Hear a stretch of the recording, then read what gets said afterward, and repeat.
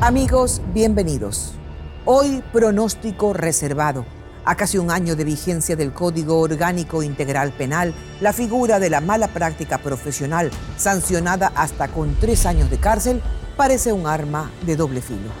¿Qué pasa cuando hay quienes simplemente quieren sacar provecho? Y también, desde Cuba, lo que la revolución se llevó. Tras 56 años de irrupción del comunismo, hay una montaña de litigios pendientes con varios países por la incautación de miles de bienes, casi 6.000 reclamos y una deuda millonaria que aumenta, la propiedad privada tomada ilegalmente. Esto es Visión 360. Aquí empezamos.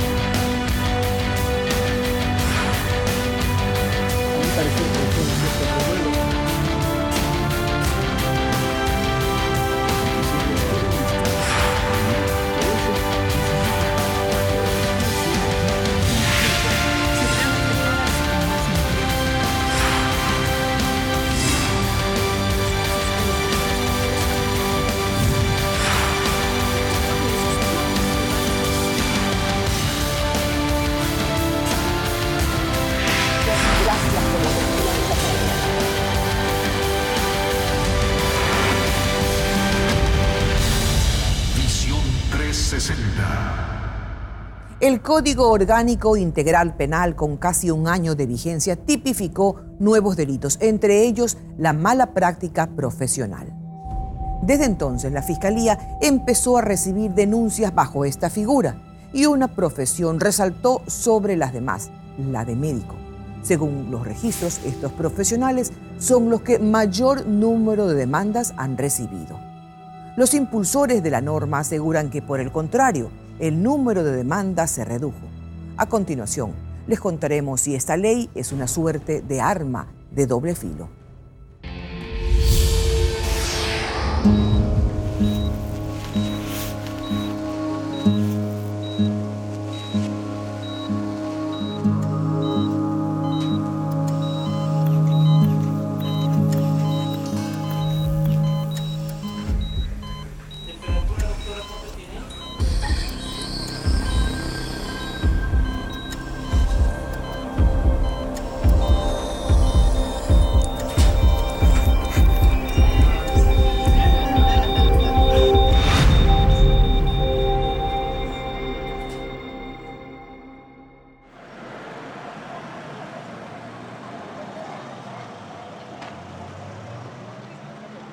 Vamos a comenzar este recorrido en Cuenca, en la casa de Nancy Salazar.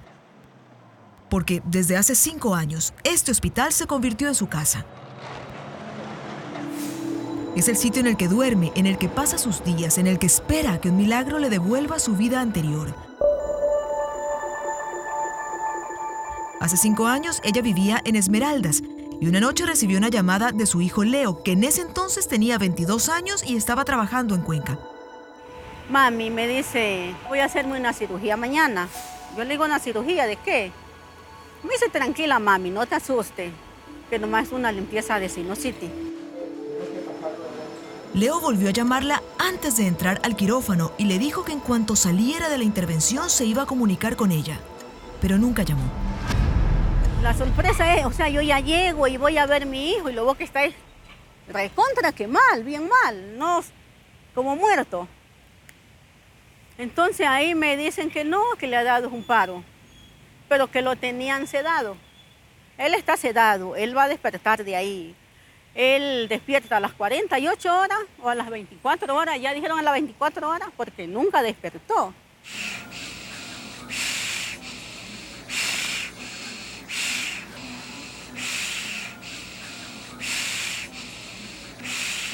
Así está Leo el día de hoy. No reconoce a nadie, no habla, no se mueve. Es alimentado a través de una sonda y ni siquiera respira por sí mismo. Nancy me cuenta que los médicos no le han dado esperanzas de recuperación. Él está vegetal. No, él tiene reacción de que siente dolor y todo, pero no reconoce nada. ¿Los médicos le dan posibilidades de que despierte alguna vez? No, los médicos dijeron que tal vez duraba 3 meses y fallecía. ya. Pero ya son 5 años, con 3 meses y medio, y mi hijo está vivo.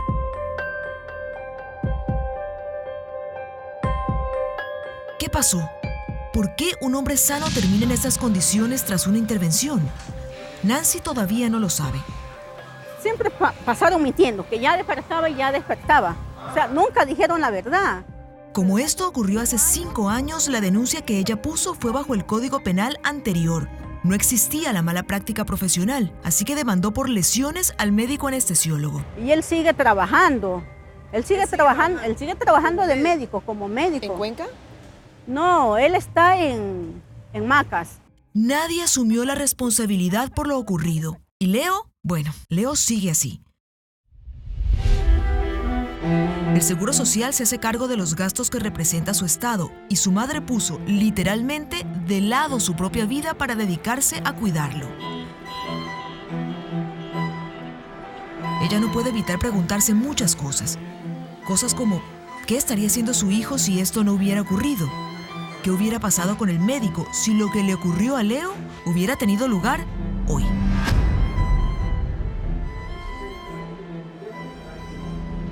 La legislación en cuanto a mala práctica profesional o mala praxis ha cambiado bastante.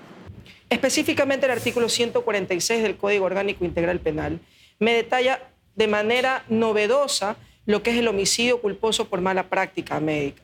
¿Qué nos dice este artículo? Nos dice que cuando un profesional, en este caso un médico, incurre en la violación del deber objetivo de cuidado y provoca algún tipo de infracción, supongamos la muerte del paciente, puede llegar a ser responsable con una pena privativa de libertad de 1 a 3 años.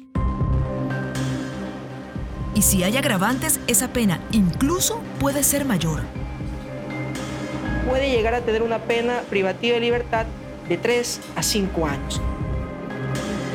En realidad, el artículo 146 no se refiere únicamente a los médicos, sino a cualquier profesional en cualquier rama. Sin embargo, es en el área médica en donde más reacciones se han generado, porque para ellos, para los profesionales de la medicina, la salud, la vida y la muerte son la base de su trabajo. Son cosa de todos los días.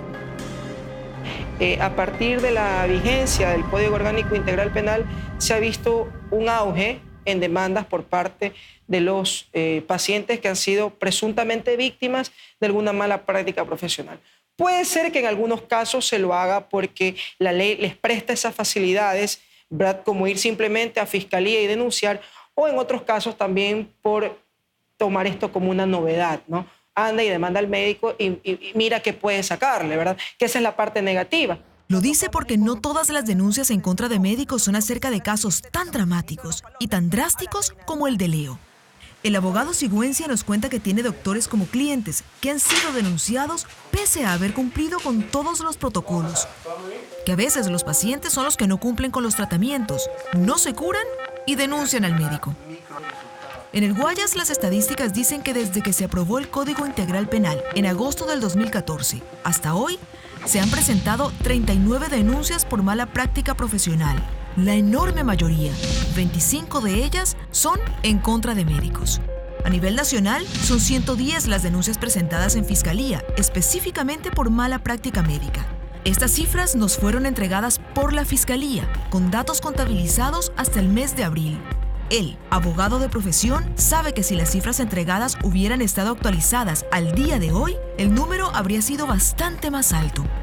Y lo sabe porque hace más o menos un mes lo contrataron como defensor de un numeroso grupo de médicos. Estoy representando a 25 médicos dentro de una investigación previa. ¿25 médicos en un solo caso? En un solo caso donde hay 50 personas más que son llamadas a rendir versión.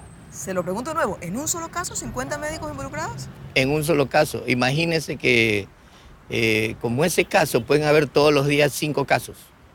Y los mismos médicos pueden ser llamados en distintas investigaciones. ¿Cómo pueden estar llamados a la Fiscalía 50 médicos por un solo caso?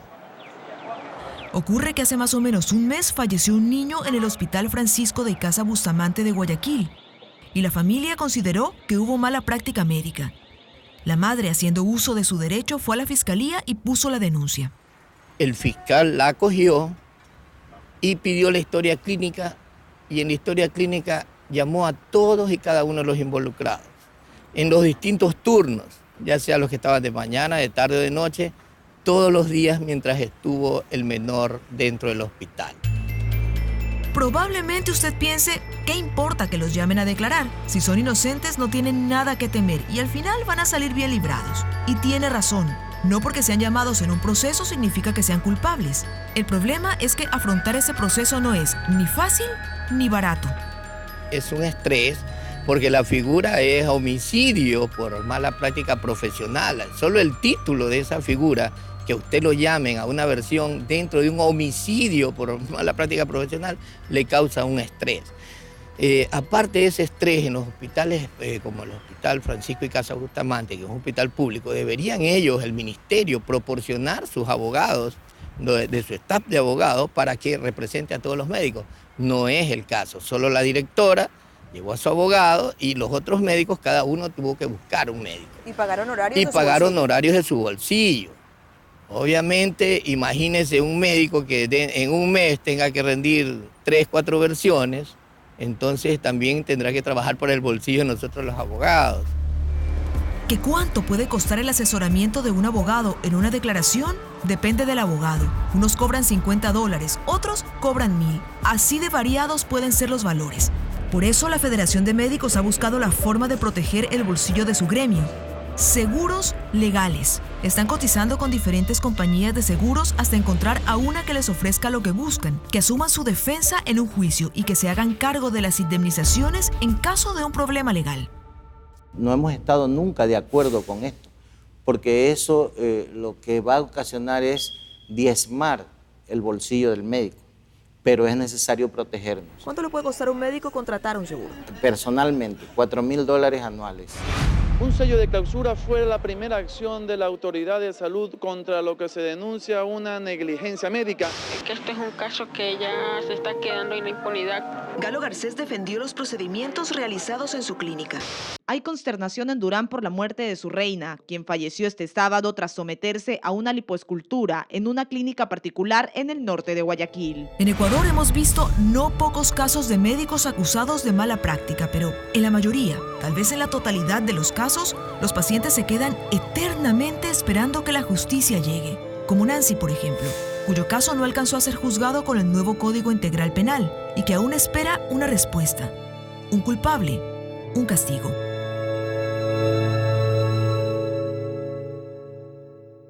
Si se perdió de algo o desea volver a ver nuestros especiales periodísticos, recuerde que todo lo encuentra en www.ecoavisa.com/visión360. Al volver les contaremos qué reforma exigen los profesionales de la medicina. Esto es Visión 360, segunda temporada. Ya regresamos. Me mintieron, me engañaron, no actuaron con ética. Para mí, estaba muerta ya mi mujer. ¿Por qué actuaron de esa manera?